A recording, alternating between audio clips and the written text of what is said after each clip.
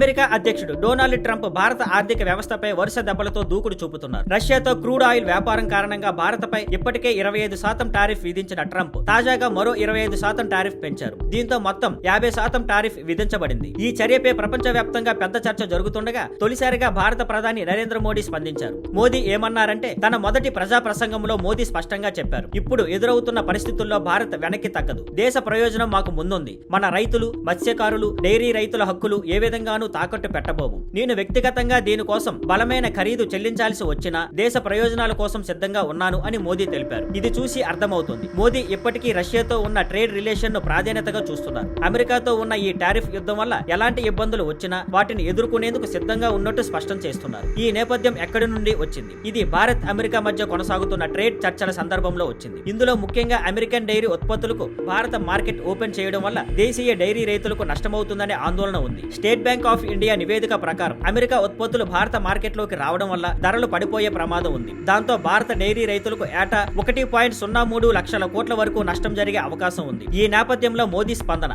దేశీయ వ్యవసాయ రంగాన్ని రక్షించేందుకు తీసుకుంటున్న కఠిన నిర్ణయాల్లో భాగంగా కనిపిస్తోంది. Thank you for watching. Please like, share and subscribe.